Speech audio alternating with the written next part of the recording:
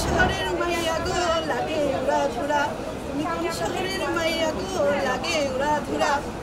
খুব ভালো লাগছে। আমি আসলে বেসিক্যালি সাকিব খানের মুভি কখনো হলে এসে দেখিনি, এই ফার্স্ট টাইম। আমি হলে এসে দেখা হয় না, হলে যে মুভি হয় এটা আসলে সাকিব খান দেখা যাচ্ছে রায়হান রাফি দেখে অসম্ভব অসাধারণ অসাধারণ আসলে বলার হ্যাঁ, কেজিএফ এর লুকটা আমি পেয়েছি অলরেডি। বিকজ কেজিএফ এর লুকটা হচ্ছে সবার একটা তামিল তামিল ভাইব আসে, যেটা হচ্ছে আমরা মেয়েরা যে লুকটা পছন্দ করি আর কি, যে ছেলেদের একটা বিয়ার্ড থাকবে, লাইক ওরকম একটা লুক পাইছি। তো সবাই তো ফ্ল্যাট সাকিব খানের উপর।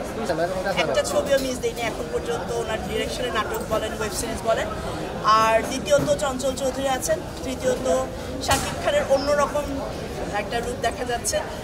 অনেক চরিত্রাভিনেতা আছেন, যেমন শহীদুল সেলিম, তারপর গাজী রাকায়েত, ফজলুর রহমান বাবু, সালাউদ্দিন ডাবলু। ওনাদেরকে একসঙ্গে প্যাকেজে পাওয়া দেখাটা একটা আনন্দের ব্যাপার। বেঁচে আছে, ও তো মারা যায় না, এখন ওর কি হবে এই আকাঙ্ক্ষাটাই থাকে, তাই না? আমরা ইন্ডিয়ান সিরিয়ালগুলো দেখি না, কিছু কিছু সিরিয়াল দেখি যেগুলো মানে থাকে, ইন্টারেস্ট থাকে, এরপরে কি হবে, এরকম ইন্টারেস্ট আছে যে এরপরে কি হবে।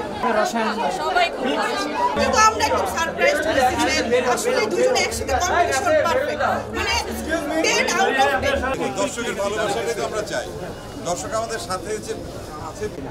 সময় পেলে ইচ্ছে আছে ভাই, আমি আসলে কোনো বাজ বিচার করে কোনো ছবি দেখি না। আমি ঈদ বলেন, সবসময় বলেন, বাংলা ছবি দেখি না, দেখলে ছবি চলবে কি বলে না। ফার্স্টে আমিও ভাবছিলাম যে সিনেমাটা হয়তো ট্রেলার দেখে তো আর পুরো ফুল মুভি ধারণা করা যায় না।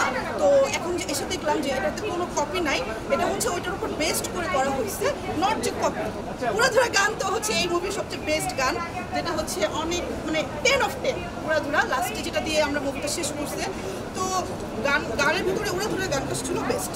তুমি কোন শহরের মাইয়া গো লাগে উড়া ধুরা, তুমি কোন শহরের মাইয়া গো লাগে উড়া ধুরা। সাকিব খান ওর যে অ্যাক্টিং স্কিলটা অনেক আপার হয়ে গেছে, অনেক আপার। একসময় আমরা হচ্ছে সাকিব খানকে এত ফানি হিসেবে নিতাম, বাট স্টিল ও হচ্ছে অনেক ভালো ভালো কাজ করতেছে। আমরা অনেক বেশি প্রাউড যে আমাদের বাংলাদেশের এরকম একটা নায়ক এত ভালো ভালো কাজ করতেছে, বাংলাদেশ রিপ্রেজেন্ট করতেছে। যেহেতু আমি পুরোটা দেখিনি, আমি বলতে পারছি না, হাফ দেখেছি, সো এই মুভিতে ভালো লেগেছে। আমি হলে এসে দেখা হয় না, হলে কেমন লাগলো আপনি প্রথম এসে দেখে? দেখেছি, ভালো লেগেছে। 10-এ কত দিবেন? 10। খুব ভালো লাগছে। আমি আসলে বেসিক্যালি সাকিব খানের মুভি কখনো হলে এসে দেখিনি, এই ফার্স্ট টাইম।